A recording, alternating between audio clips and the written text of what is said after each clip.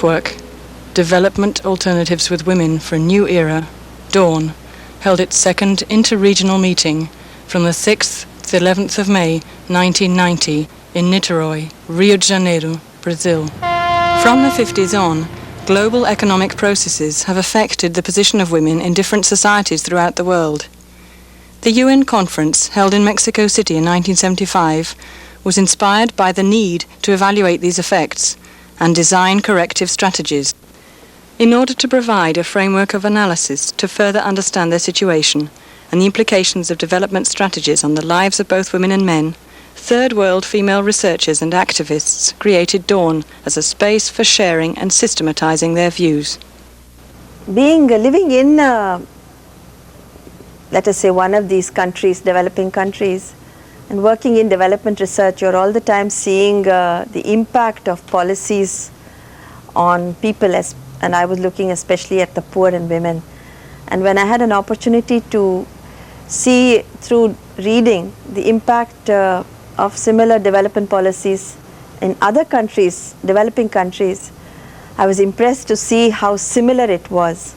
We should have a wider frame because the problems that we were feeling here were also felt in different places. And so at that point in time, I had this idea, suppose we get third world representations. The idea then was really to bring third world women together and to try to focus on what had been the collective experience of women in the third world in the last 10 years of the decade for women, and to bring an analysis of our experience to the Nairobi Forum, which is being held in 1985. Like in the Philippines, when the planning meeting was held, at that time they had a crisis, but no one was talking about the women's perspective to the debt crisis or to the whole development crisis. They were all scattered. The women's groups were concentrated in the health issue, in the battered women's centers, in the credit programs, but no one took an overall holistic view of what was in fact the symptoms. I mean, they were addressing the symptoms, but they did not actually understand what was happening to their society from the perspective of women. And at Nairobi also we organized lots of impromptu sessions with socialist women, with women concerned with reproductive rights, with a number of issues which were going around there but which were not particularly part of the official agenda. Following Nairobi, we then launched a program of research in which we were focusing on, first of all, the crisis, and then on women's organizations. Our first outing was really the hosting of a steering committee meeting of DAWN, and all members of DAWN came to Ibadan and to talk about the crisis, but really to hold a meeting to discuss with us. And it was at that point that I got co-opted onto the steering committee.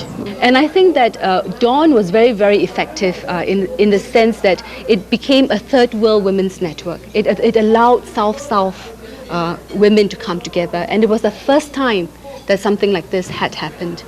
I wanted to say one more thing, which is, in my opinion, the message which I have learned, and that is intergovernmental meetings, even of South-South, including North-South, are really totally incapable of delivering any change.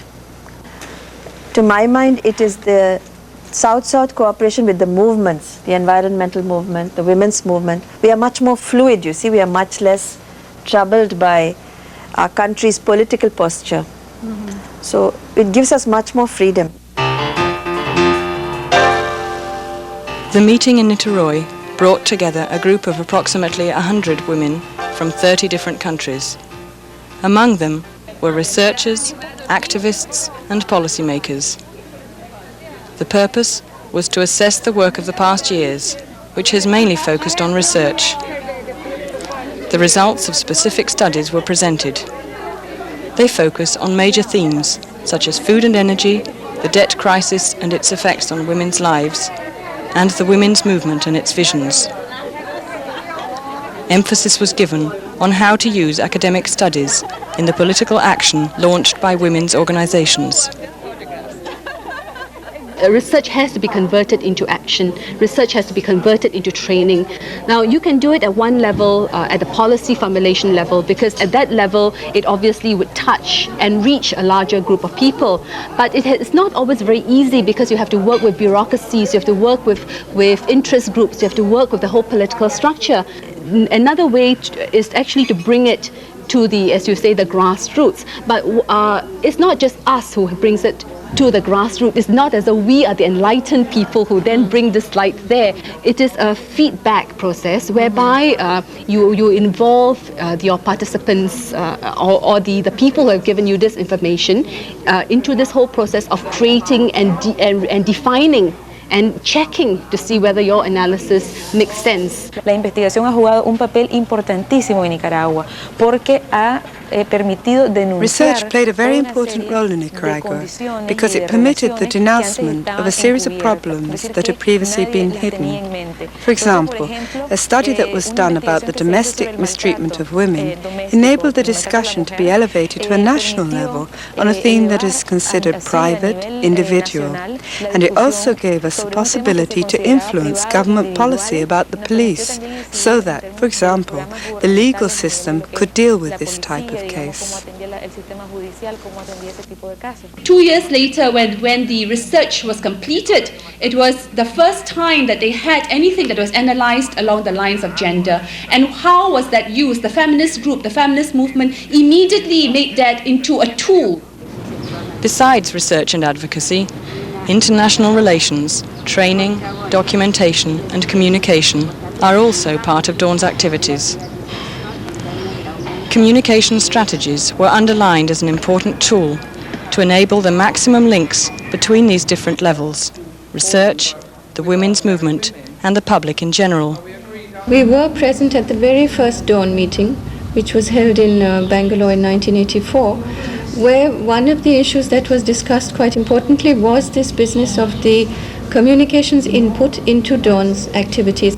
Eu tive a oportunidade de ver que as mulheres veem a comunicação como uma possibilidade de encontrar saídas para a crise. Então, o que a gente vê é elas aproveitando todos os espaços possíveis. Então, a gente tem desde espaços mais Women see communication as a possible way out of the crisis. They try all possible means through more formal channels like well-known radio programs, where through the personal commitment of people who work there, they manage to introduce the question of women, or through more informal groups that search for any means to communicate, like bulletins or any other channel to get the message across. We look at global issues like different birth control methods and how it affects us, so various issues, and we do it in theater, where we put on an annual production. We use different techniques like our music, our dance, we use symbols, we hardly use props or set. We use our bodies to make different sounds, we use mime a lot. And then in the workshops we invite the women to come and then we talk. And then we do research informally through oral testimonies again. It's actually very encouraging to see 6 years later that it's not just fledgling publishers, which is what we were in 1984, but there are film people, there are theatre people, there are audiovisual people present at this Dawn meeting. Dawn has identified and addressed the similarities between women's conditions in the various regions of the planet. The reflections developed in the Rio meeting indicate that the perception of and balance between diversity and commonalities are changing. Africa is a very large region. We have communication problems and also serious communication problems, even posting letters, getting in touch with one another. And then we have the various units, blocks of Africa, east, west, north, south. Then linguistic blocks, the francophones, the anglophones, and the lusophones, and these are various groups speaking different languages whom you have to bring together into one. I think all of us hesitate to speak for India because conditions in the country are so vastly different from one part of the country to the other, between the different classes, between the different castes, and between the different groups that exist, religious groups, ethnic groups, that it's very, very difficult to speak of India as one homogeneous place. In terms of media visualization of the so-called first world, you have a concept of an African woman who is overburdened, carrying a pot, pregnant, holding a child with a hoe in her hand. These are the visual media projection you get on Africa. We in Africa, in the feminist movement, reject this notion also because we feel we may be poor, but we are not powerless. And our power comes from the cultural identity. I think what probably separates South Asia from Africa is the fact that its independence, its move away from colonialism was based on a divisiveness rather than on any unifying factors. There were divisiveness based on religion, on class, on ethnic complexities, on caste, and so forth. Again, we find in South Asia there is a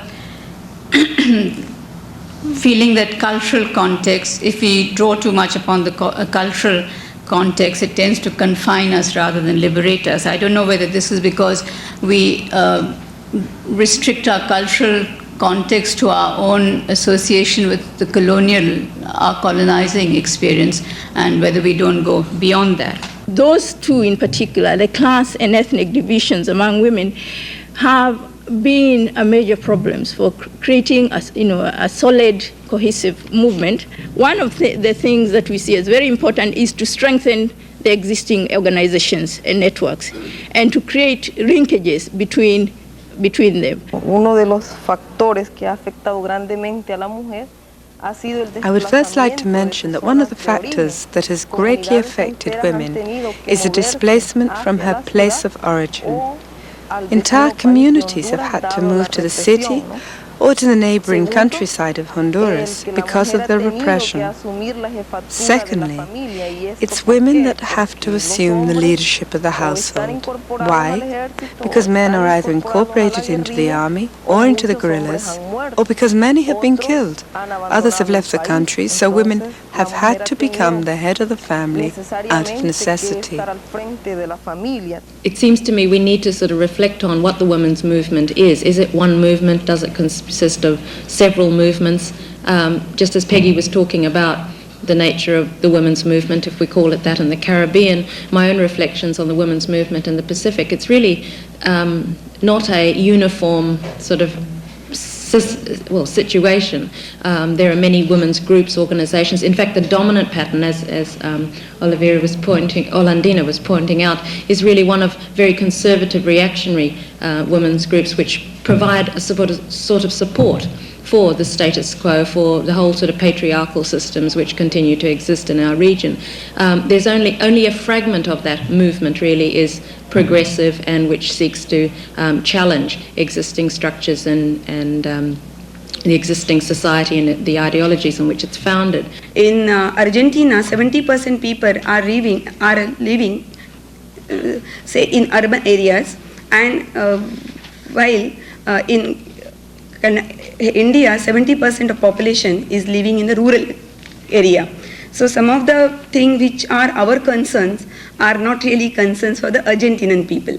The only thing I would say is that since the question of development or liberation has been raised, it's something that I think we have all been thinking about and discussing, because you might get in India or in any of our countries, I suspect, conditions which would say count as developed conditions. You might get a place or an area which is fully industrialized, which has got all the modern amenities, which has schooling and all of those things, and yet will continue to kill its women, will continue to oppress its women for many reasons. I no longer know what development means, and I no longer know how to apply it to our societies. Quite a few are now looking for the social democratic countries in Scandinavia as models for development. I'm from such a regime and democratic country. I think then we should really come together in these countries in a direct dialogue with you to assess what has been happening in terms of gender relations in this country during these decades of economic growth. See, one of the things that in 1984, when a bunch of us got together and sort of had this brainwave of an idea that we could do something like this, was that we were really impressed by how much commonality there was between us as women coming from different parts of the third world. If you ask me now, what I'm really struck by enormously is the amount of differences that there are. Really, the differences between the regions in terms of the world economy and in terms of the way the world economy has shaped regional economies and the way regional economies fit into the world economy is so widely different that if we don't take that into account in terms of strategies we devise, or even in terms of identification of priorities, identification of needs, then really we will be doing ourselves and the women of our regions a great injustice. In spite of the differences, we are exposed to the same experiences. I think one could overplay the differences, and I think sometimes that overplay could be political. If awareness of diversity has been sharpened by the efforts of Dawn since its creation, there still remains the evidence that throughout the world, women were directly affected by the economic crisis of the 80s. I think one of the best documented part would be in South Asia, which shows very clearly that development has been very anti-women throughout the 20th century in the whole South Asia region. That it's been, it's reduced women's chances of survival. It is relative to men. It has reduced their scope of education relative to men. It has reduced the scope of employment relative to men. It has marginalized them in the economy. It has made their lives as housewives much more difficult. Due to development strategies that are being chosen by the different countries that women are in this state of poverty, they are the ones which are the most hurt by the crisis. They are hurt by the cuts in social policy, and they are hurt by the fact that in terms of structural adjustment that there is unemployment, they have to go into the market and their wages are very low. So this pattern is very common. So women have the double burden. Because of the sexual division of labor and because of this additional burden that women have, when you cut social services, you jeopardize women in three ways. First, when you cut social services, you're cutting jobs in which women predominate. Because when you cut health and education, it's mostly women's jobs that you're cutting. Secondly, therefore, you cut the incomes of women. And then you cut the services that women, because of the sexual division of labor and because of gender roles, it's women who use those services mostly. So when people get sick, it's women who have to take people to the hospitals and to the clinics. When people are being educated and you cut education services, it's women who then have to say, now, what is going to happen with the children when they cannot go to school? A tendency that is present in Latin America and Caribbean, I don't know if it's present in Pacific, South Pacific, is the whole question of informalization of the labor markets and the precarization of the labor relations. Then I think that's important in the discussion to have these two levels, historical level of analysis, a more long terms and a more specific short-term analysis in order of not to impute everything to the crisis. For example, some of us were talking yesterday that whenever we talked with Southeast Asian women about crisis, they would always turn around and say, crisis? What crisis? Who crisis? Which crisis are you talking about? My approach to the whole topic was to try and integrate that together, because basically the crisis is gender specific in the sense that it has been women and their role within the household that prevented the slide into deeper poverty during the whole change in the country as a result of the crisis. And the gender aspect has never really been brought up before. Entonces, dentro de los hogares, poder ver cómo estas relaciones entre los géneros son transformadas. In the households, we can see how gender is affected by adjustment policies, how women and men are affected and how they react. Thinking about this leads me to emphasize the importance of how the sexual division of labor is a major key to the understanding of our society. What we are trying to do this morning is to find a synthesis between the issues of women in the crisis and the work of the organizations. And what I discovered as I worked on these issues, on the impact of the crisis on women, what I discovered was that although the crisis appears to be to ignore women, in fact it is based and grounded on a gender ideology that assumes that you can exploit the time and labor of women. In fact, the crisis, the policies of structural adjustment, it seems to me, are actually grounded in the gender relations between men and women. On one hand, as political feminists, we want to talk about concrete persons' lives, concrete women's lives. But gender is something much more than that. Gender is also a culture phenomena which is used by societies to integrate on various levels. So it's a sort of fluent, both material and immaterial resource, which has an economy of its own, which is to some extent specific in specific cultural and historical contexts. The dramatic effects of structural adjustment policies and general impoverishment on women's lives has nevertheless functioned, in many circumstances, as an impulse towards change. Y finalmente, es que las mujeres, como ya lo mencionaba, se han incorporado a nuevos campos de trabajo, ¿no? And finally, women have been incorporated into new fields of work to fill positions left vacant by the absence of men. And because of the crisis in which we live with the war, which in effect demands a more active participation of women. We got a lot of information from Africa as well as Caribbean about how women there are organizing and getting stronger as the crisis gets deeper. The women's movements are getting stronger and they are becoming much more challenging, they're becoming much more broad-based, and they are coming forward with their specific demands in this. The women's movement in the region is still advancing, and as is the people's movement in the non-governmental sector. The one example I want to bring out is an association, an umbrella grouping in Jamaica, which was formed at the start of 1988, very, very tenuously. In Jamaica, we identified something like 120 women's organizations. In this changing scenario, many dilemmas were recognized. One of them is related to the difficulties in articulating the specific approaches and actions of women's organizations and a broader understanding of the crisis.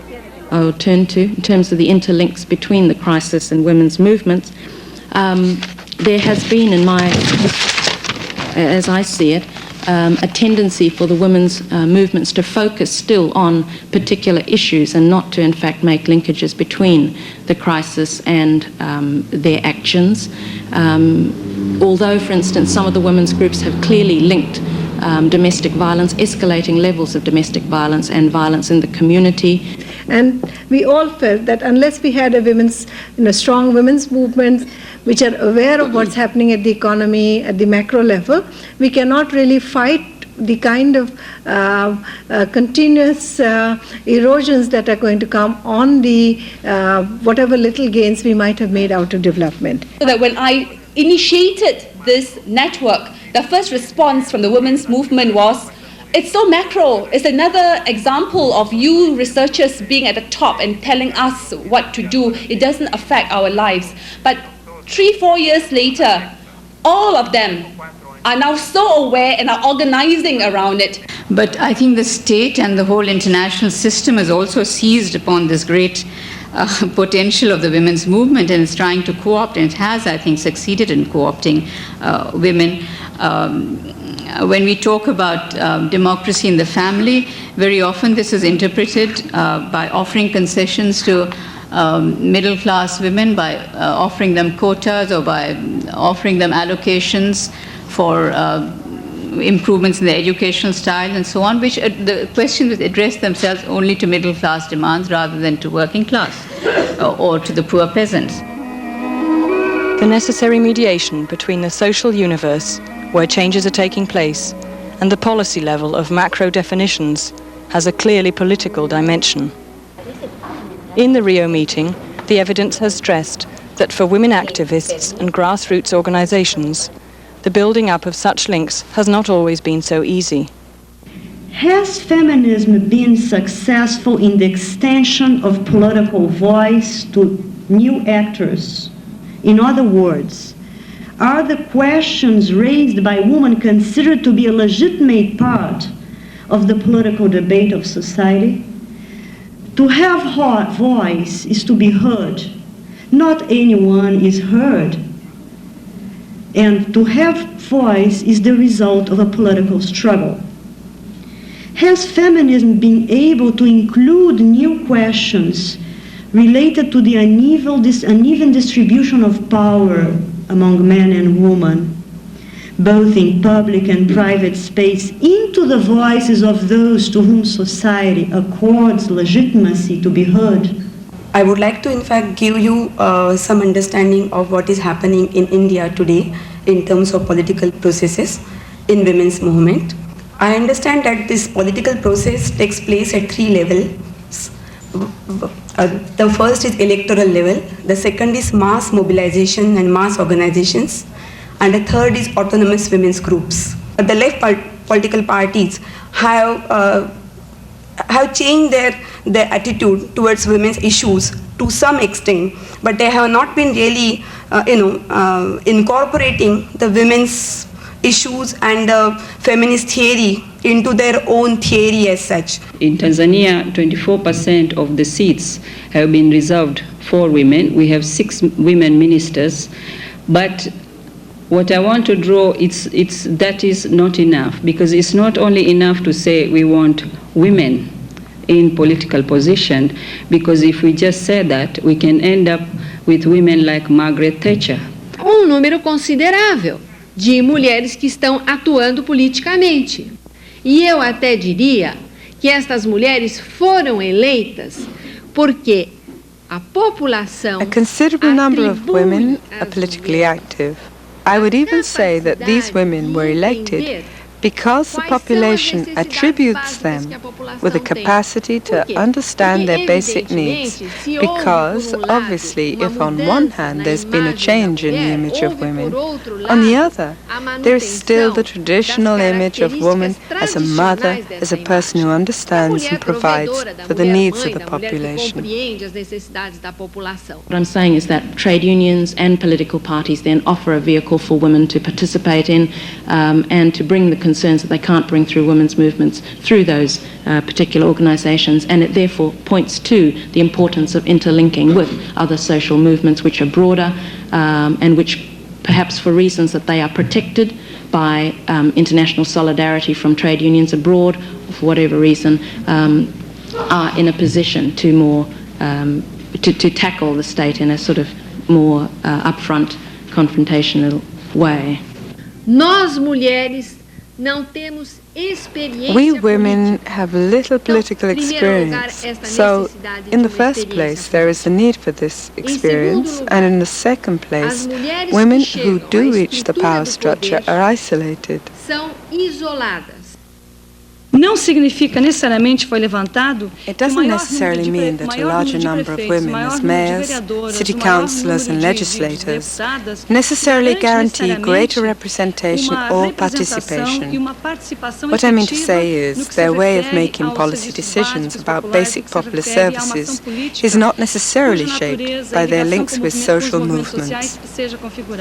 O grupo considera que precisamos encontrar. We need to find strategies to join together the two levels, utopia and pragmatism.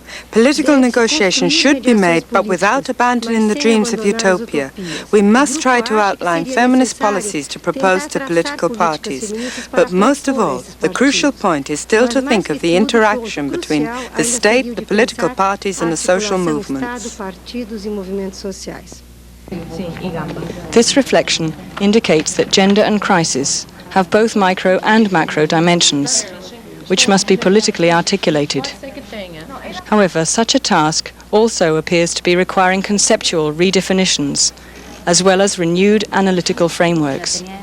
Looking at the issues that Dawn has addressed, efforts have been made to introduce a macro level. This means everything about the understanding of the economy, debt, food production and the crisis. So I believe that if we really want to change the development vision and humanize this macro level, we must pay attention to the micro level, because what happens at the micro level changes the macro. We should not only talk about this impersonal sphere, but that one has to think about the mediation of human agency. And from that point of view, there is this whole question of what is the reflection about the human nature in this kind of thinking. So if we are going to talk about politics, if we are going to talk about human agency, then we cannot talk only about impersonal forces, but we do have to think about human beings. It was only recently that they have come up with gender-sensitive development at the macro level. I mean, the understanding that eventually, if you really want any long-term change, you have to try to break into the macro development structures and influence the whole policy formulation at that level. In other words, women no longer just can be the victim of certain processes, but we want to be the definers and the creators of processes that would allow a different system to come in.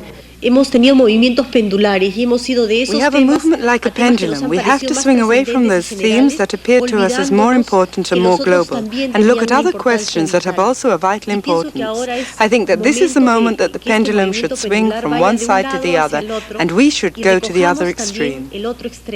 Quiero decir que a veces el pensamiento y la investigación feministas I want to say that sometimes thought and investigation are trapped by the use of certain categories that, from my point of view, impoverish more than they enrich the way that we see the world. For example, we have analyzed the difference between the public and the private in a schematic way, focusing on the micro and the private dimension and the public and the macro, without allowing ourselves to think about how behavior on this micro level is able to also have a macro representation and vice versa, how public matters have a micro representation. Como en la cosa pública hay una dimensión micro. ¿Qué esperan las mujeres de los hombres? What do women expect from men? What do men expect from women? How do they relate to each other in the family life? What does sexuality mean to women? What are women's fears about sexuality? And what are men's? And I've talked about the differences only in terms of the world economy, but obviously, particularly in terms of the kinds of things that Nirmala was saying, the way in which women are enfolded within the household, the inheritance patterns, what the position of the girl child is, the marriage patterns, the sexual division of labor. And when the economy starts pulling you, transforming the household, those positions are making a big difference, I think. Y mi impresión es que si nosotros It's my impression that we've centered on a research program that focuses on the micro with a private reading and on the public with a macro reading, and we are lacking those important elements that will allow us to make the jump from the individual and private behavior of people to a wider agenda.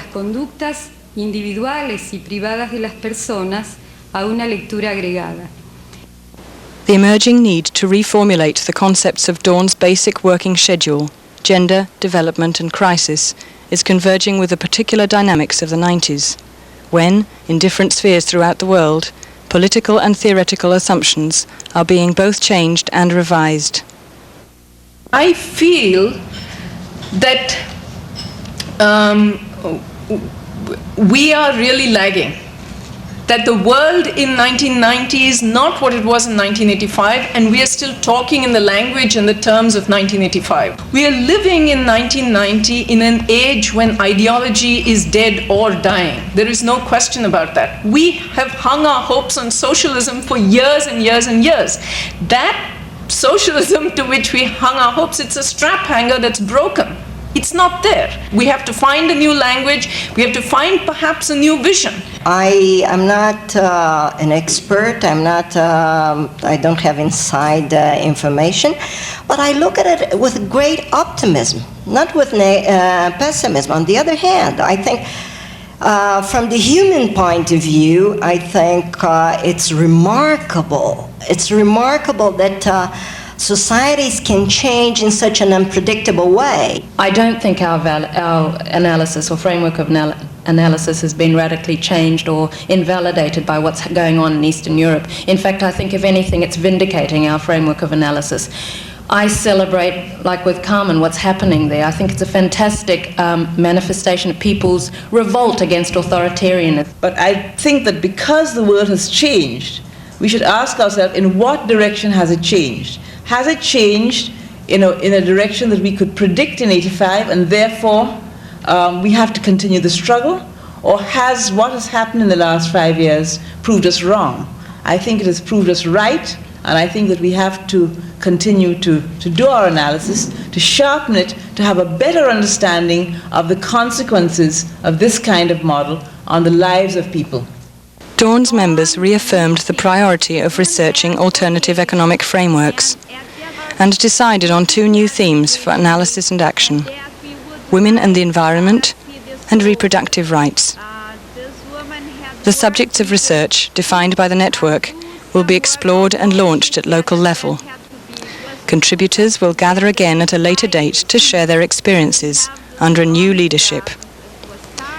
The General Secretariat has now moved to Barbados in the Caribbean, and a new General Coordinator and Steering Committee have been elected. Treadle, treadle, me long, long treadle. Shred a little needle with a long, long treadle. Treadle, treadle, me long, long treadle. Shred a little needle with a long, long treadle. Loose on, loose on. The meeting was an opportunity for Dawn participants not only to evaluate their views, but also to define priorities and strategies for the future.